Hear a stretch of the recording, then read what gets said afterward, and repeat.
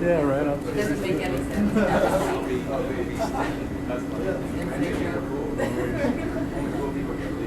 Awesome. Well, welcome. Thank you for coming. I hope you enjoyed the pizza. I'm Multifamily Martin, and let's get started. So here's a legal disclaimer. Not everyone makes money in real estate, and just to kind of protect us. But these are stories of what we're doing and what other people are doing. But it's always risky, so do it at your own risk. I'm Multifamily Martin, and that's my wife Cindy. A little bit about us.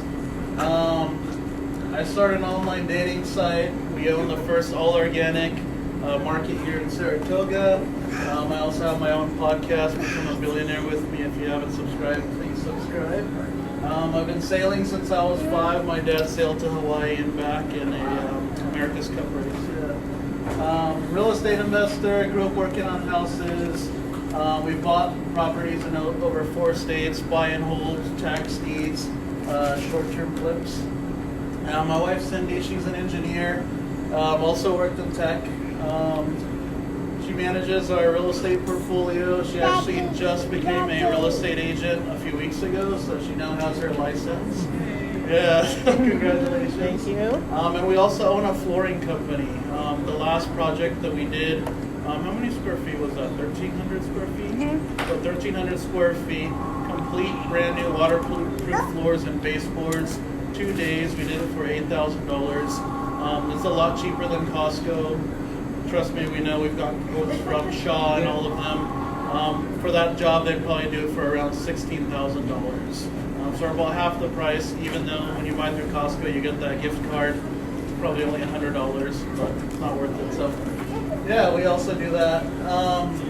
So I started a podcast a few months ago, mainly for accountability and share the knowledge and just network with other people. Let people know what I'm doing, learn from others, bring on guests who are actually purchasing multifamily units and just pick their brain. So become a billionaire with me. Yeah. So each meetup, I'm going to make it a goal to kind of share a quick example of the power of multifamily and the power of buying a large complex. So here's a quick analysis that I did earlier today. Let's say you have a 60-unit apartment, and each unit is renting for roughly $1,200 a month. The cap rate on it is 6.3. Your net operating income is about $435,000 a year.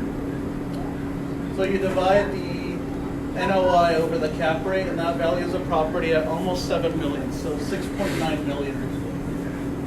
Let's say that we took down this property and we wanted to increase the value of the property, but we didn't want to put money into the property just yet. So by billing back utilities, cable, and internet, increasing the rent by $88 per unit, that now brings the rent up to a little shy of $1,300 a month. If you can see here, the first example, you're bringing in roughly $72,000 a month in revenue. With the extra $88, you're not bringing in much. About $5 or $6 grand, a little more. But when you run your calculations, by adding $88 a month to each unit, you've increased the property value by over $1 million when you calculate your NOI and everything. So it's just kind of like the power of real estate, the things that you can do in multifamily. There's a lot more that you can do. You can charge for parking, $10 parking, and the same thing is going to happen. It's just going to increase the property value. Here's a little bit about us. So we've done flips. Here's pictures of our 7-day flip. Complete kitchen, gut remodel, everything. Waterproof floors throughout. Brand new kitchen, farm sink, another refrigerator from left to right. Huge island here. About 20 LED lights up in the ceiling. We did our bathrooms. So if any of you guys are agents and have any off-market properties, please keep us in mind. So to catch up from the last meetup, I know some of you weren't here, but since our last meetup, yes, my wife got her license, so that's allowed us to put in a few offers on a few properties and come in a little bit more competitive. Unfortunately, we weren't competitive enough. So these offers are on the market properties? Yeah, so these are MLS properties, properties that they're not rehab, right? But yeah, so we put in 2 offers. We were overbid by 15 others, but it's okay. It's a numbers game, you know. Overpaying for a property isn't going to work for us, you know, as flippers. So that's just the way it works. We went to an apartment conference in LA, and it was amazing. I was able to network and meet other people who are doing this in the industry. Made a lot of good connections, and yeah, the power of networking. So like, I heard that a few people were able to meet up outside of the meetup last time and were able to get some good connections going. So yeah, network with everybody, you know, with everybody here, get their business cards, everything, because you never know what could come out of that. And I also started a multifamily mastermind since the last time we met. Our club has over 2,000 doors. Yeah. So today I'm just going to quickly go over how to analyze a market. Last time I kind of did a high-level overview of how to buy your first apartment complex, but here we're going to go over how to analyze your market. So here are a few things that you should look into, and I got this from a guy named Neal Bawa. If you guys ever listen to any of his podcasts, he's a super smart guy. So just kind of regurgitating what he's done. What was his name? Neal Bawa. B-A-W-A, yeah. So he's actually local here in Fremont. So a few things you should look at: population, employment, income growth, crime rate, median income, poverty level, unemployment rate, cash flow, and the breakout of race. And we'll go through a little more. So you want to make sure that there's a 20% increase in population since 2000. And by the way, all of these stats you can pull from citydata.com. You want to make sure that the income growth is more than 30% since the last 2000 census. You want to make sure that there's a 40% increase in the median house value. The crime rate should be less than 500 a year. The median income should be between 40 and 70 grand a year. Anything below 40 grand, you're typically dealing with defaults or people not paying their rent, so having to deal with kicking them out, high vacancy, that kind of things. Poverty level should be less than 20%. And your race breakdown should be a nice mix of different races. You don't want just one race because it's not good when, you know, it's just better to have a mixed community and you can target, you know, more people that way. You should also look at the unemployment rate for the neighborhood, so you can go on Google and find the unemployment rate for your specific area that you're trying to invest in as well. So here's a few markets that I've analyzed. So the population increase. Analyzed Bakersfield, Las Vegas, and Reno. All pretty decent markets. Bakersfield has had a huge population increase, right around almost 55%. The income growth is pretty good too. The house value has increased by 57% since 2000. That's pretty good too. And the crime is pretty low at 378 cases a year. The median income is okay compared to the other markets. The poverty level is just okay. Las Vegas, it's okay, but Las Vegas is kind of hot right now. Las Vegas, Dallas, Fort Worth, these are areas that other people are investing in. Yes, California has a lot of laws and this and that. People say don't invest here, but personally, I'll take the chance. So here's a little bit of my goals. Find a distressed 2 to 30 unit multifamily property by July. Raise private money for the purchase. Evaluate and close the property and turn the property around by rehabbing the units, increasing the rent, reducing expenses, charging for parking, storage, cable, internet, utilities, all that kind of things. Maybe even add in a live-in childcare, you know, at $1,000 a pop for a kid. That's pretty good income. You can probably fit 10 or so kids in you know, 1,000 square foot apartment. You know, increase security and cameras, parking lot lights, just make it feel safe for the people there. here's how you can contact us. My website, my email. Once again, YouTube and Facebook. Become a billionaire with me. Twitter. And that's my presentation. I'll go ahead and switch over to Dan, our main speaker now.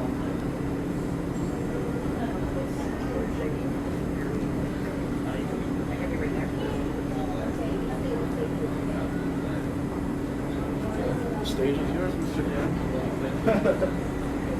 You want to sit down? No, I'm good. Some fabulous intro, right? Try and top that. Good job, Martin. Thank you. Okay, so on top of multifamilies, we're going to cover the other piece of it, which is how do you pay for the dang thing? And most of the time it involves raising money. That's one of the things that we've done. And just like Martin gave you, here are the disclaimers. Real estate is not a spectator sport, and you can get hurt very easily.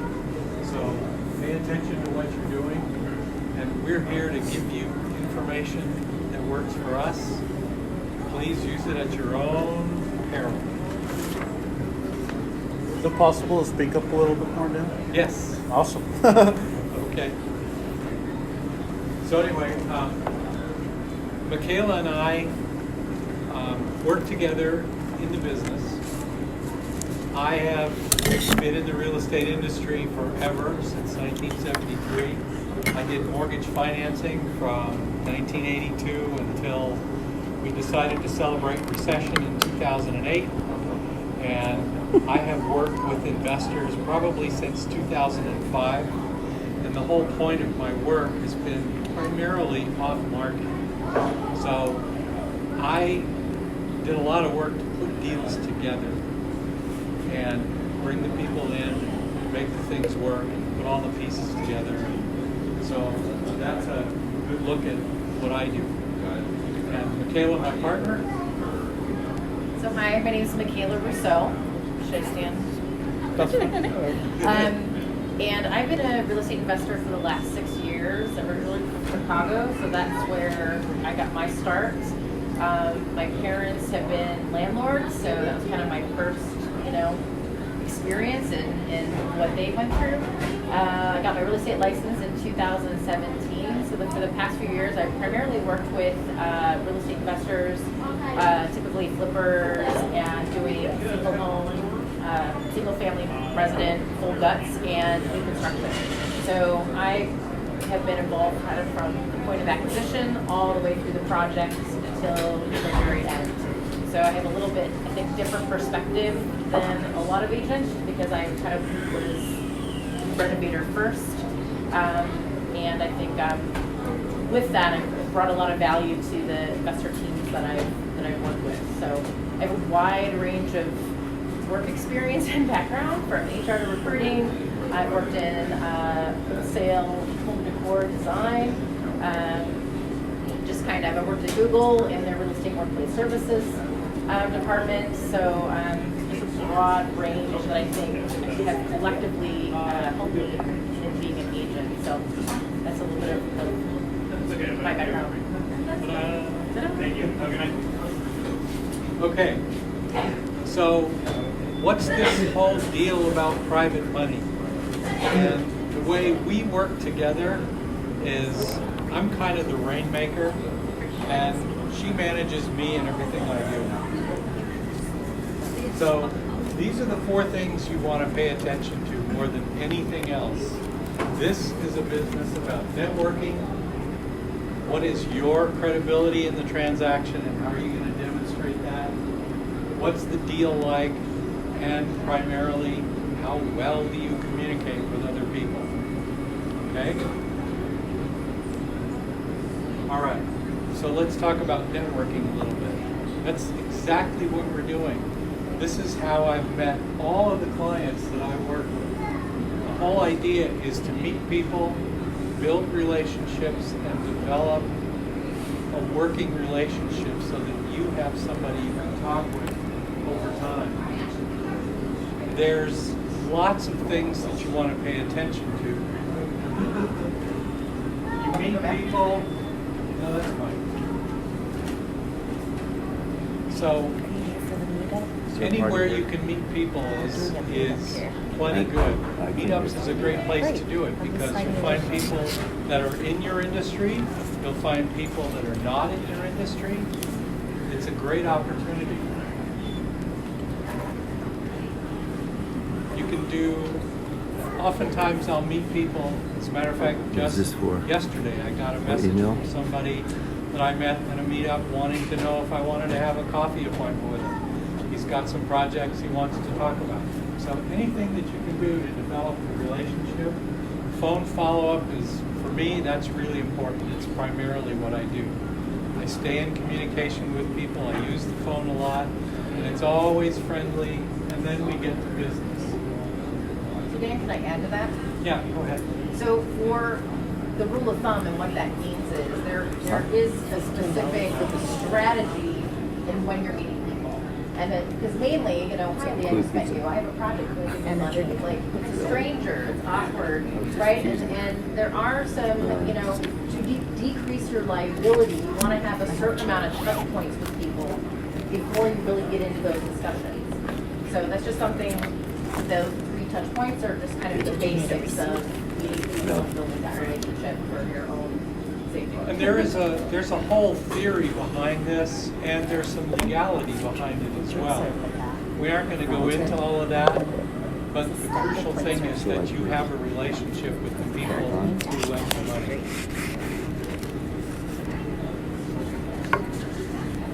That last point is really important. Too many times I see people who go talk to people who have money because they want to deal with, I got a project, I need money, I'm interviewing you. Well, what is not always obvious is they're interviewing you as well. So if you've got the project, it's like anybody who does any kind of business, it is a two-way street. It's communication, it's sharing ideas, and you're as much on the pedestal as the person that you're talking to. Okay? And that leads perfectly into credibility. Credibility is the opportunity for you to establish who you are in the business and who you are in the project that you're trying to get funded. So, what's your experience? And by experience, when I work with people who have projects and they need money, one of the first things the people who have the money always want to know is, just like Martin did earlier, what have you done? Are you good at this? What's your track record? They want to know. They want to develop that relationship. You want to know who is on, they want to know who is on your team. So you're really going to have a team. Martin doesn't do all that by himself, although he does a lot of it by himself. But behind the scenes, which he's not talking about, there's a whole bunch of other people that are on his team. And there needs to be. What are your resources? Not only your cash. I've had a flurry of people over the last year that have bought properties without putting any cash in. And there is a formula for disaster, and that's it. Now, you have to be careful. If you know what you're doing and you have resources, you have money to put in, and you have relationships with people, you can partner with them. There's lots of ways we know how to do it. Bring them into the deal. They're part of your team. The most important piece of it is, who are you in the transaction? What do you have in the transaction? And I'm always looking for people who have some, not only experience, but they can bring something to the transaction. Primarily, their expertise, their team, and their money. You want to add anything? I do. So this there ends up being a catch-22 with this, right? If you're brand new, you've never done anything, and it's like, how do I get experience if I don't get that opportunity to do the project or get that experience, right? But it's not just about real estate experience. Lenders usually will want to know about you and your background. Are you a contractor? Are you an engineer, an awesome with spreadsheets? Are you an agent? Are you a designer?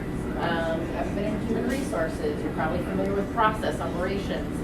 So you want to kind of take like a self-inventory because there's definitely skills that you're going to bring to the table. You just have to kind of think of them and package them up differently. It's just like you're interviewing for a job because lenders want to know who they are working with and what you're about and what your background is. Okay. So you found the deal. Now what are you going to do? Well, there's lots of things to do. We want to talk primarily about how to present the deal. Now these are some things you're going to need to learn to do. You have to learn how to analyze it. You have to learn what the financing is all about. Where's the money going to come from? You're going to have to learn what goes into a renovation, if that's what you're doing, a new build, if that's what you're doing, and then what's your exit? How are you going to get out of the property? And it's a total story. You've got to deal with the whole story. All right. So let's look at the end. Let's look at the analysis. Martin did one earlier, actually two, about multifamily projects. So that's a way to analyze the project. When you're looking at a deal like this, you want to look at purchase price. How much do people have in? What is the earnest money deposit that you're looking for?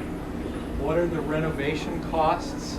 You have to be accurate with those costs, and if you can't do it, you've got to have somebody help you do it. Because if you're off on your costs, your finance costs are going to be off as well. If you do a bad job on the budget, you don't borrow enough money, or if your timing is off, what's the period of time you're going to hold the transaction, you're going to hold the deal, how much do you need to borrow for that? So it's all interrelated. Putting your costs together, getting your financing together, what are your holding costs, what are your transaction costs? Don't forget, you got to go into the deal and you got to come out of the deal. And there's costs associated with doing that. And you want to look at this whole entire thing before you get involved too heavily with the deal itself. Dan, your question. I actually have a comment. Please. I would add one more item to this list. Are you doing the biggest value add you can? Value add. And by value add, likely what he's talking about is, can you add something to the property, like square footage, another bedroom? Can you take ADU. ADU? Yeah. Now you can do two of them. Yeah, that definitely goes into the strategy of it. And again, here, if you are newer, this is where your network can be helpful because you may have people that can give you feedback if you come across a deal, Yes. right? Because again, this is all in the context of you have to package it up, make it look pretty. It has to make sense in order to connect with those private money lenders to get the funds that you need for that project. So, so you can use your network. And again, if you've already been building those relationships, then you can say, hey, Lee, would you mind looking at this? Is it starting to make sense? Is it confusing? Like, what am I missing? Right? So it's just important to, again, tie back to that network piece of it. What's your name? Dimitri. Dimitri, thank you. Yes, that was great.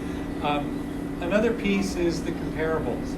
And kind of what we're talking about here is what is that project going to be worth, and what it's going to be worth has already been established for you for the most part. And your job is not to do anything that's too far outside of what's already been established. Okay. And then finance. So this is where really the rubber meets the road. You've got to get enough money to do the project. You've got to look at what the deal structure is. How much capital are you going to need? How long do you need it for? What's it going to be used for? If the people who are lending you money, are they going to be on title in your transaction? Are they going to be lending your LLC money? Are they silent partners? Are they active partners?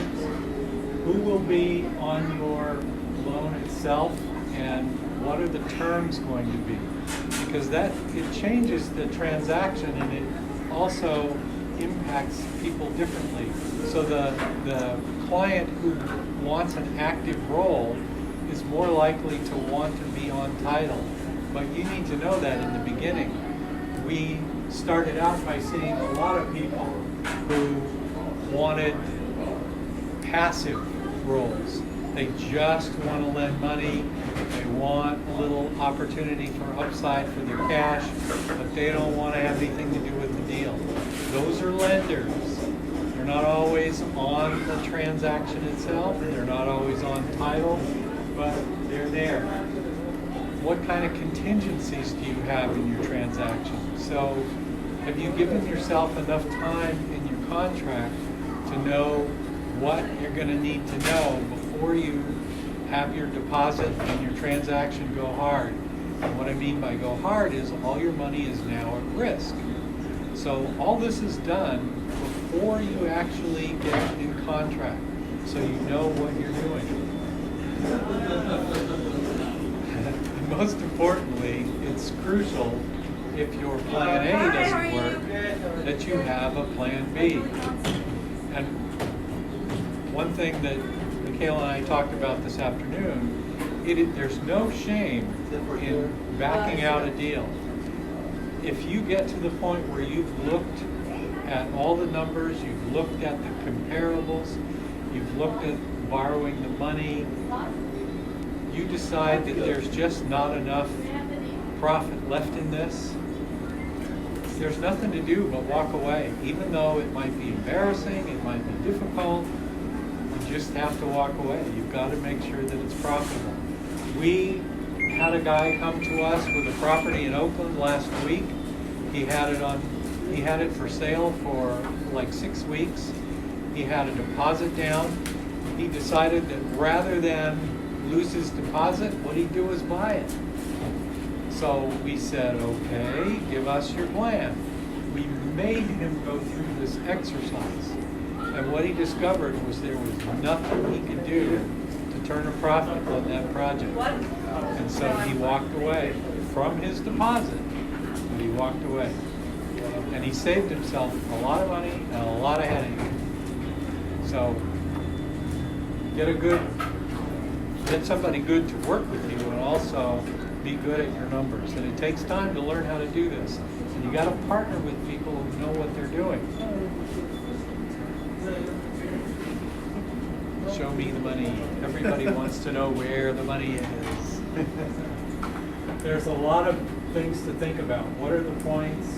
What's the percentage rate that you're going to charge? Does everybody know what points are? Yeah, okay. So not all private lenders want points for the most part. Explain points. Okay. Points are like upfront fees that lenders collect. It's like the beginning of their profit. So they get some money up front. 1 point is usually 1% of the loan amount. So they'll get a point or two up front.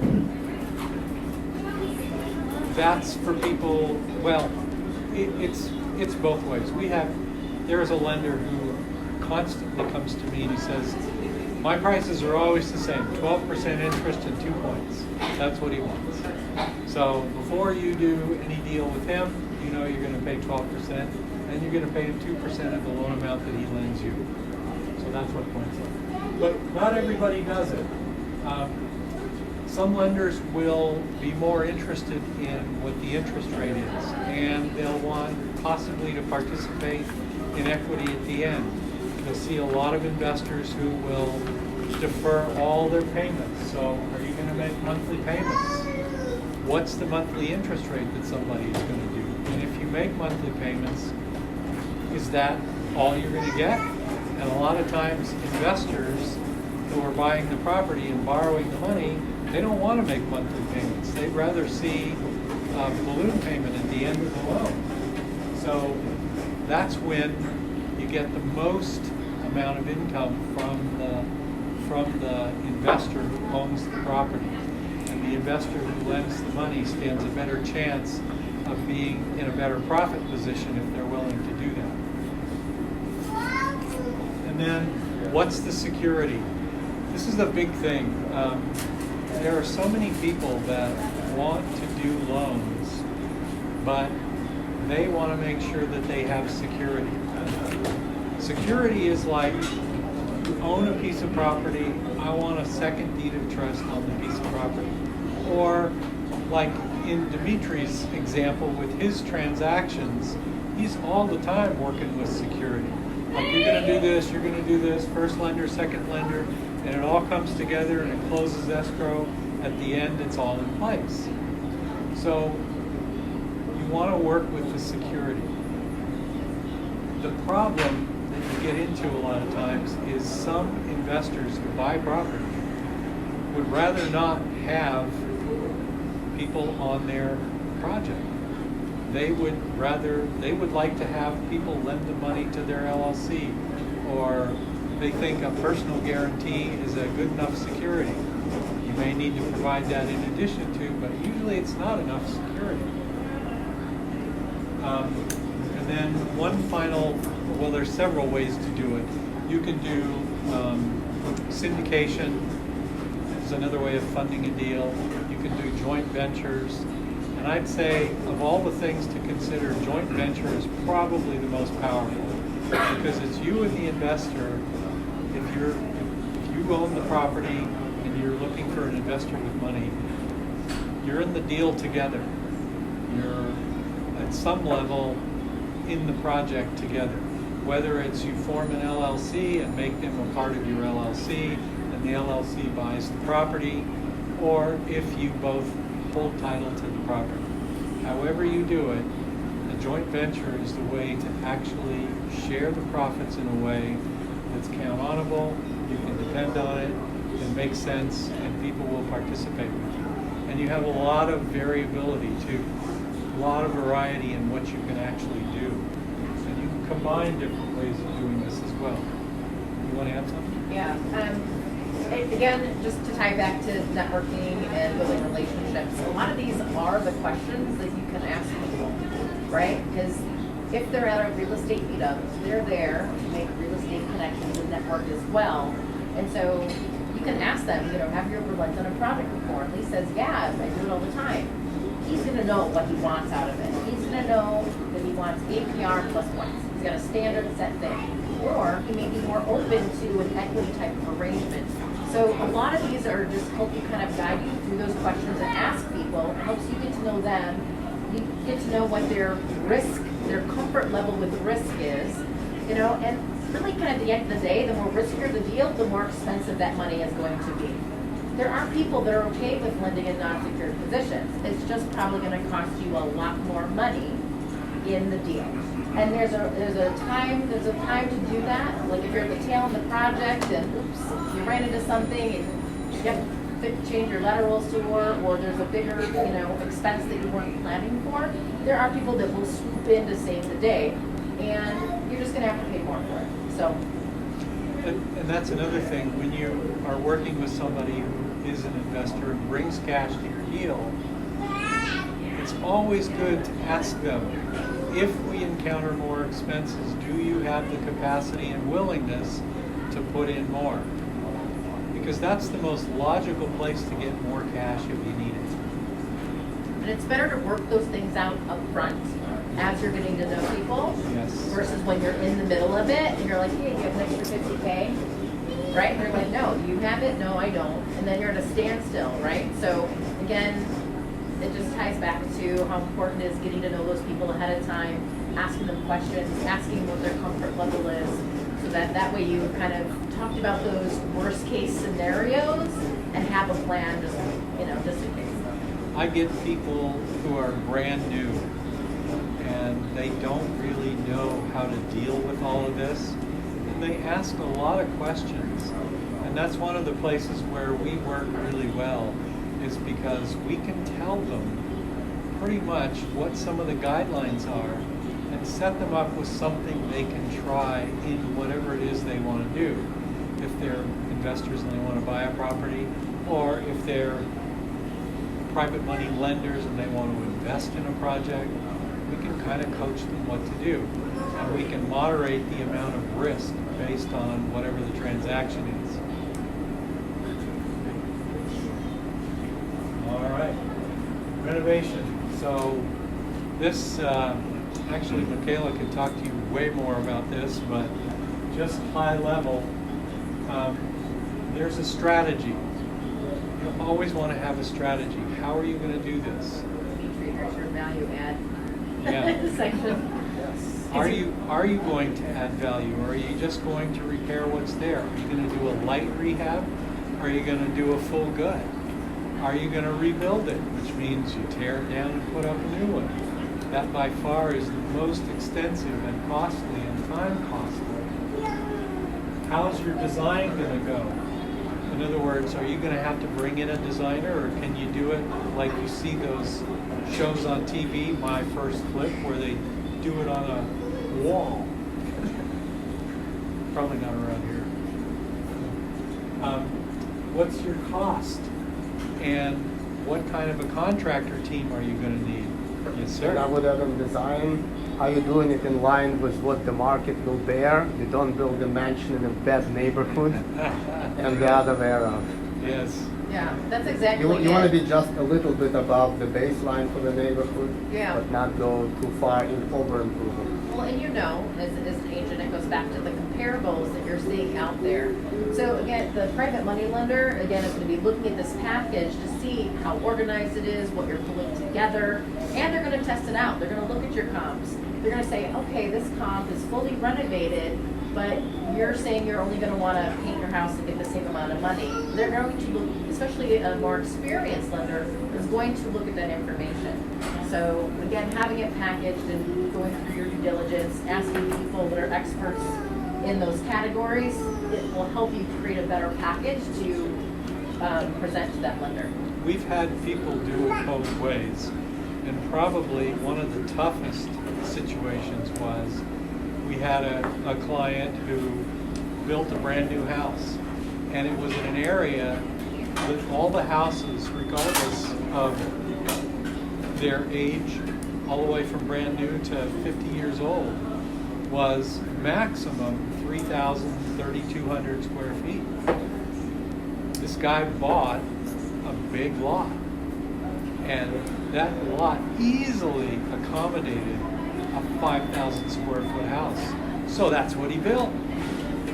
And when he built that home, they were selling in there for $1.65 a square foot, or $165 a square foot.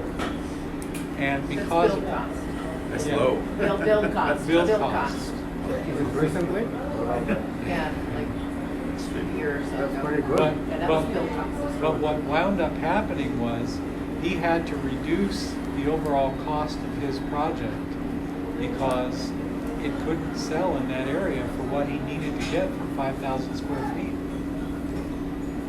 So it makes a difference how you design your project and how you put it together.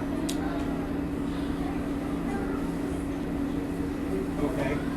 Final piece is how are you going to get out of the project? Now this almost is the thing that most people don't ever really think about very much, but you really need to think about it because it has to do with how you're going to pay everybody back, how you're going to get your profit, and how much you're going to get. You have to think about, are you going to sell it? A lot of people do sell it. Are you fixing this up because you want to hold it, so it's a buy and a hold? Are you going to refinance it? How are you going to get out of the project in such a way that makes a difference for you? And again, the strategy for your exit is going to make a big difference in how you do all the stuff before that. And it'll make a big difference in the amount of profit that you get. You want to add? Okay.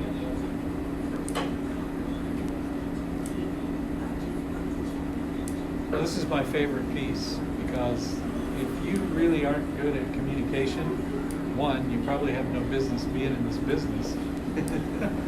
But two, you're not going to do very well. It really depends on how well you communicate with people, how often you talk with them. If somebody sends you an email, does it take you 2 days to answer the email? Do you feel like you need to answer it at all? So you've got to be open to feedback. You've got to be able to watch your perspective. And what we mean by that is going back to the you interviewing somebody, be careful if that's your perspective, you completely miss that they're interviewing you. If you're working from one side of the equation, you can't see the other. So just be careful what you're looking for and what you're looking from.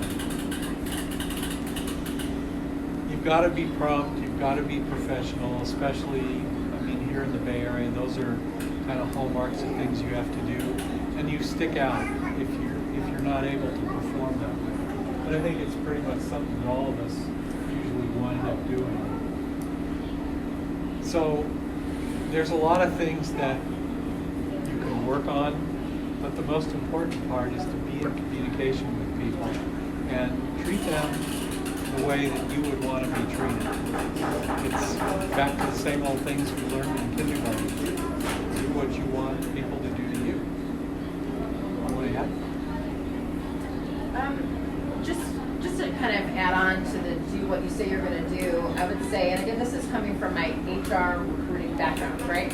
So from the time you go to a networking event and you meet with someone and you exchange cards, you say, hey, let's go have coffee, let's meet up.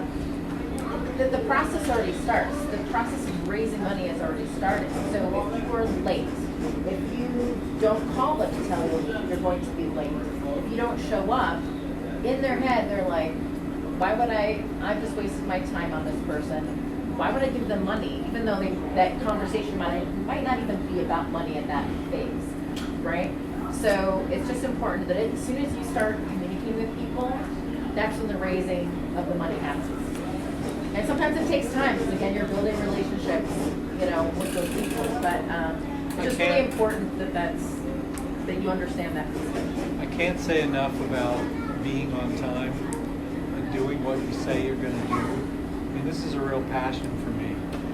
So many people do not think anything of being late. As a matter of fact, it's like their practice to be 5 or 10 minutes late. And they think their excuse for why they're late is as good as being on time. And it's not. It's not. Dan is a master at communication and being on time. Every time we meet up, I try to beat him to the venue. I think by beating him is showing up 5 minutes early, but Dan shows up like 30, 45 minutes early. So it's hard to beat him. Not always, but the point is, you just be who your customer, be who your contact, be who your potential partner needs and wants you to be. And if you know you have trouble getting someplace in time, give yourself some extra time. When I encounter people who are consistently late or they do things like off, I don't ever confront them about it unless it gets ugly. But usually I'll ask them, I have a question for you. Can you tell me what your relationship to the clock is? And they go, what? Because it's an odd question. And they'll ask me what I mean, and I say, well, you are consistently not on time, but some people just do it that way. And if you can tell me your relationship to the clock is you're a 10-minute late person, I'll operate like that. So when we set an appointment, I'll know the appointment is really 10 minutes after that. And the point gets made, and they oftentimes pay attention. It doesn't always change their behavior, but most of the time you'll see an impact. So just do that for your customers. Just do that for the people that you care about. Okay, the coolest thing about this slide is, you see the word start. You can read that really well. And you can see the road that you're heading down. So you know where you are, and you know where you're beginning, but you can't see where it's going to end up. And the reason you can't is because this is just the beginning of the work to get there. You won't know what that's going to be like until you actually get there. So the point is, you want to do as much work as you can. Think of as much that you need to think of. It goes into your analyzing and putting together your deal and gathering your resources and your team and your everything that you're going to do. And then when you get there, you'll have some idea of what it's going to look like. It'll come closer and closer into view.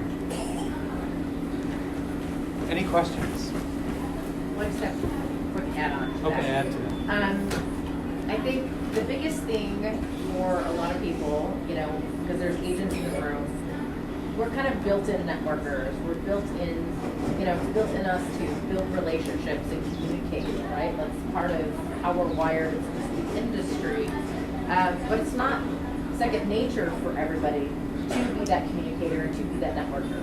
But it is very important in the context of private money lenders and raising money. And a lot of times we hear from investors say, I have a project and it's costing me this much, I need this much money. And that's all we get from them. And they've missed the window to be networking and building those relationships and putting the information together. Because the first thing we're going to say is, put your package together. Because there's nothing for us to share out with the private money lenders that we know. And then they have to go through that work and it's rushed, etc. So the biggest key takeaway in raising money is to start building those relationships and getting to know people before you need it, before you have the project, before you need the money, because then everything kind of just flows together. This is a very unique time with all the meetups in the world right now. It's just, you have so many different avenues to go out and meet people. It doesn't always have to be real estate-based meetups, right? There could be local community meetup groups like next door. There could be Rotary meetings. There's so many different avenues to go out and network with people. And sometimes it just takes a little practice, especially if you're not wired that way to just start talking to someone sitting at the coffee shop. But sometimes it happens that way. So again, I can't underscore that part enough, is to really start before you need it. And then you've already kind of done half of the work. They at least know who you are, they've seen your face, they shook your hand, and they're going to be more inclined to listen to you and see your information versus it's just an email out of nowhere and they met you 8 months ago. They don't remember. So, Okay, yeah. Good point. Do the work. Any questions?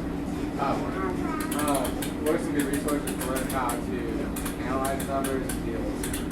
I'm brand new fresh. Yeah.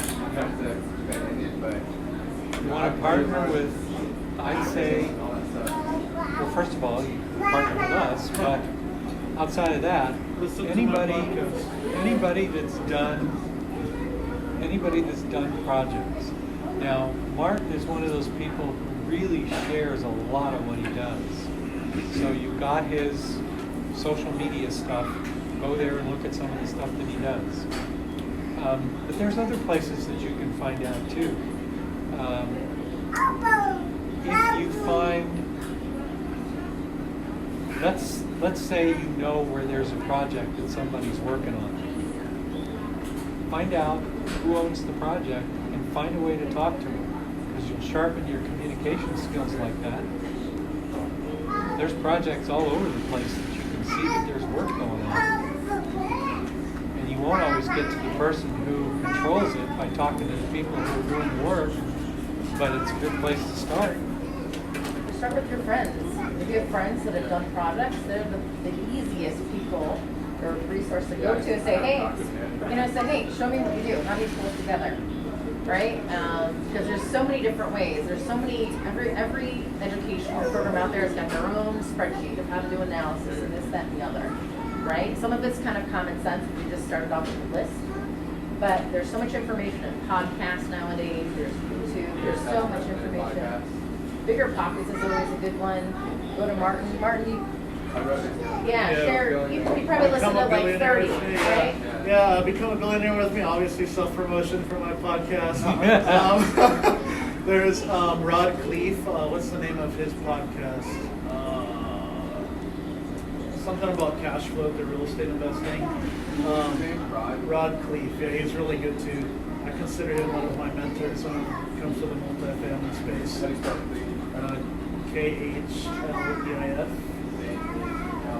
Yeah. Bigger Pockets. Yeah, there's a bunch of them. You can just YouTube like wholesaling or real estate investing, and you'll find a bunch of good ones. Yeah, there's a bunch out there. You can pretty much figure out anything you want. Yeah, analyzing the renovation project, right? Yeah. It's really. Yeah, I think getting back to Dan's point, Dan really shared a really awesome point. Find someone who's doing the project in the Bay Area and just talk to them, see what type of or what kind of value you can provide to them. Ask them, what can I do for you? How can I help you? To really learn their process, really provide value to them.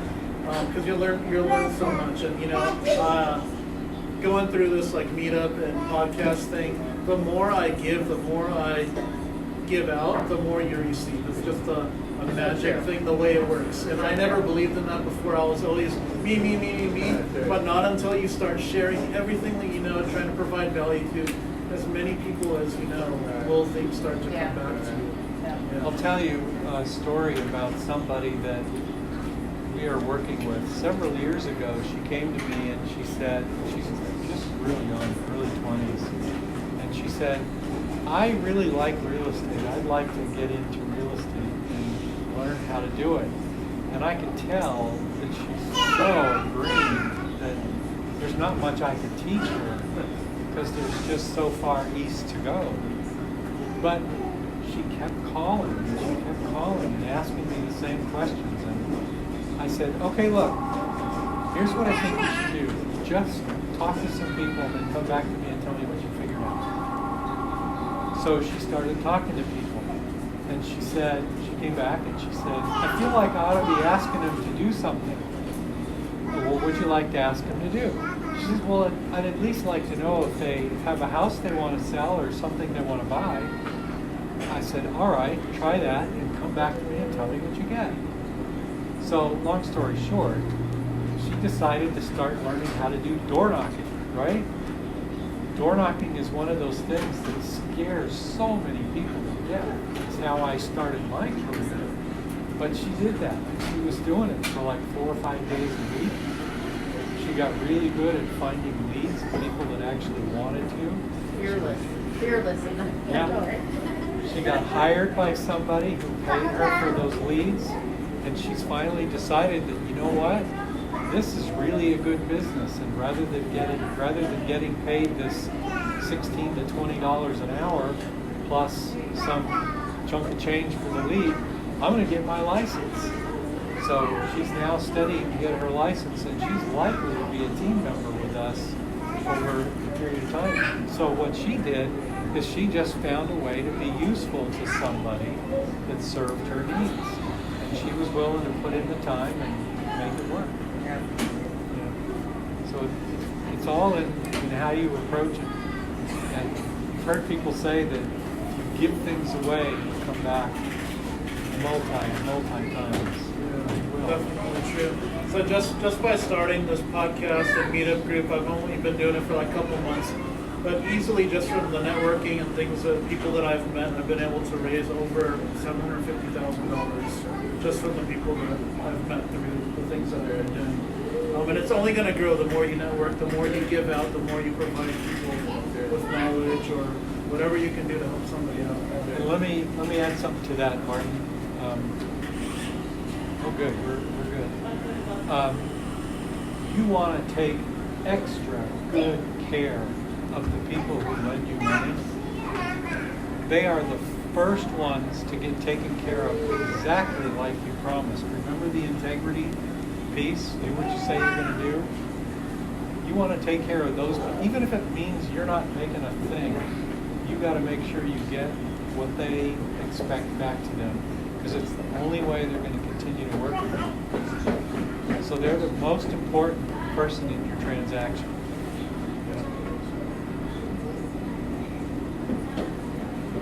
Okay? 8 o'clock, look at that. Anybody else? Awesome. Well, thank you, Dan. Yeah, thank you, everybody. And Michaela, thank you as well. You guys were a partnership. Yeah, that was If awesome. we have your contact information, and I think Cindy got it all, we will send you these slides, and we'll also send, there's so many other things that we can send you to help out. Like we talked about the construction costs. We have a whole checklist that'll get you started. We won't teach you how to do it. We're going to make you make your own mistakes, but we'll give you lots of opportunities. Very cool. Okay? Thank you. Yes. Man, good job. I was waiting to see if you were going to ask.